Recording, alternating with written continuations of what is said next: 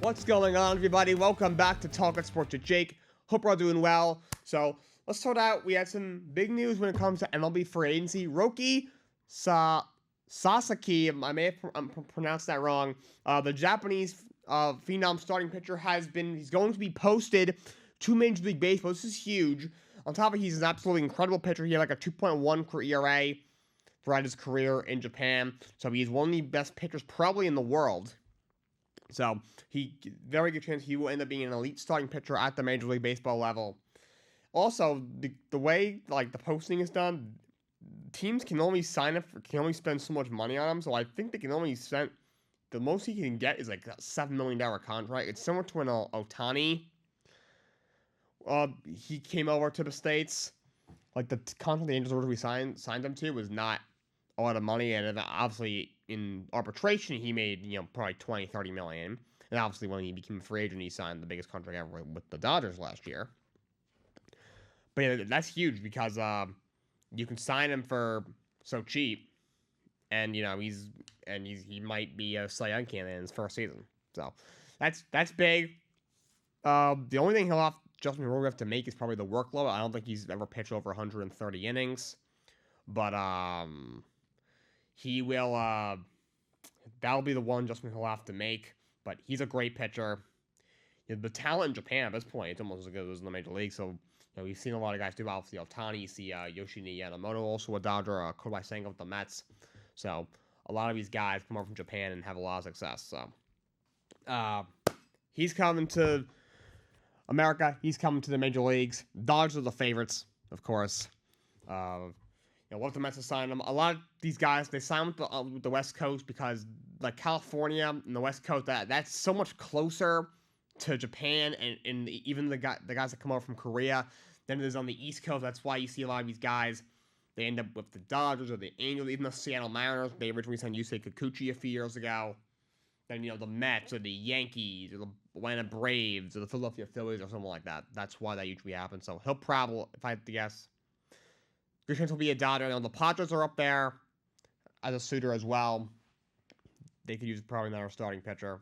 Their rotation is very good. You have, obviously, you made the trade for Cease during the season last year. He had a really good year. Michael Kings had a phenomenal season. So, Darvish is still kicking, but that'll be a huge addition for them as well. So, we'll see where he goes. Speaking of the Dodgers, their first base coach, Clayton McCullough, has taken the manager job with the Miami Marlins. Look, I think McCullough, he's been a guy for a few years now. He's been a top managerial candidate. And, I think he's a fine hire, but the Marlins, it's the freaking Marlins. They're such a bad organization. They're so cheap. So, I'm not even sure to take him a job. Obviously, there's only 32 of these jobs or 30 of these jobs. So, it's one of 30. But that Marlins job to me is very unattractive. But he is their manager. I don't think it's a bad hire, but I feel worse for Clayton McCullough because he'll have a $30 million payroll and win 70 games 3 years in a row. Might get fired for no fault of his own. Look what happened to Skip Schumacher. He was manager year his first year. Then there's one bad year because the team didn't spend any money, lost a bunch of free agents, and then traded their best player for nothing in April. So yeah, that's all I got about that. Chet Holmgren is out 8 to 10 weeks for the Oklahoma City Thunder as well. It's a tough loss for them. That's the one thing of Chet. Look, he's an amazing talent, incredible player, but he's so thin. He's going to have to bulk up. I know he bulked up a little bit prior to last year, but I think he should still add a little bit more muscle mass to him because he's a great talent, but his body frame is very thin and it's tough to hold up in the NBA level. All right. Let's talk some college football. Recap Week 11 in college football. Number 1 Oregon beats Maryland 39-18. They rolled past them.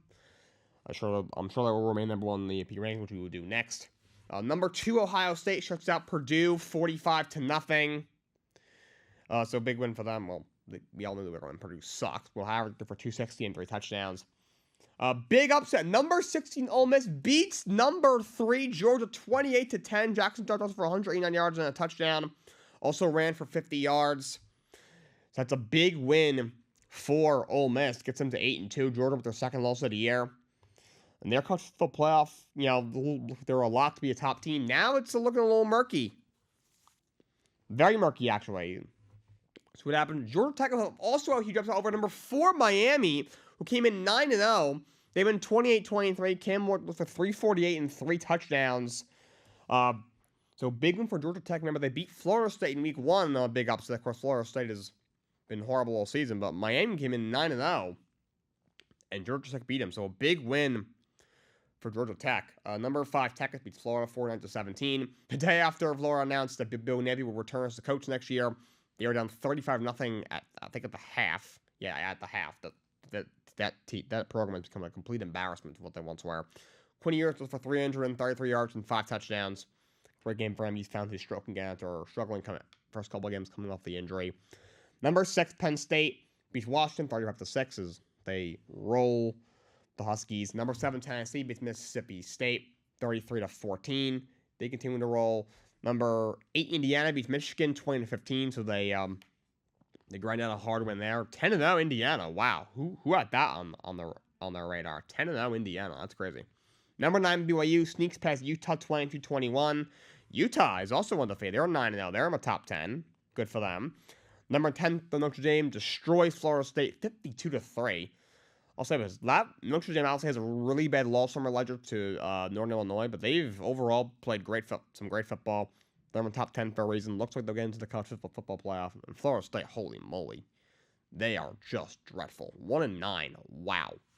Number 11 Alabama beats number 15 LSU 42-13. Every year with Brian Kelly, he was the problem Notre Dame. You can't convince me otherwise. That guy couldn't win a big game if he tried. Alabama picks up a win. Number 12, Boise State beats Nevada 28-21. Another huge game for Mason Gentry. 34 carries, 209 yards, 3 touchdowns.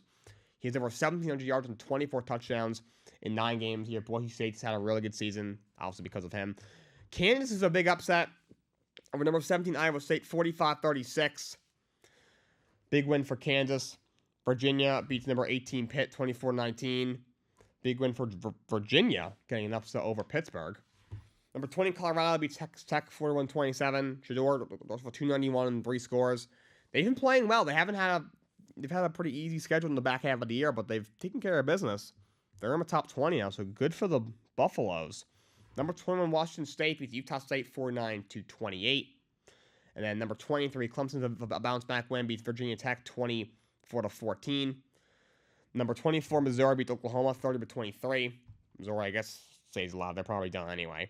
And number 25, Army beats North Texas 14-3. Army 9-0. That run game is absolutely relentless. Their quarterback had 36 carries for 103 yards and 2 touchdowns. Their quarterback, wow. Cool to see them at 9-0 this season. All right, AP rankings. Let's talk AP rankings. Oregon remains at number 1.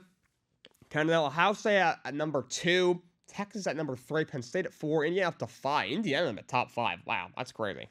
Tennessee at number 6. Number 7 is BYU. Notre Dame is at number 8. Number 9 is Alabama. Ole Miss shoots up to number 10. Georgia plummets to 11. Miami plummets to 12. Boise State now at 13th. SMU at 14th. A&M shoots all the way up into the rankings at 15th in the country. Army up to 16th. Clemson up to 17th. Colorado up to 18th. 19th is Washington State. You have at 19, you have Washington State. 20th is Kansas State. 21st, LSU plummets. 22nd is Louisville. 23rd is South Carolina is in the rankings. Missouri remains at 24th, and Tulane enters the rankings at 25th.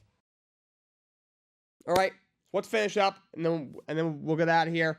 Recapping Week 10 in the NFL. 35-34 is the score of Thursday Night Football. Ravens sneak past the Bengals. Bengals go for 2 late in the fourth quarter. They'll get it. I don't mind that decision. Some people didn't like it. The Bengals defense wasn't stopping anybody.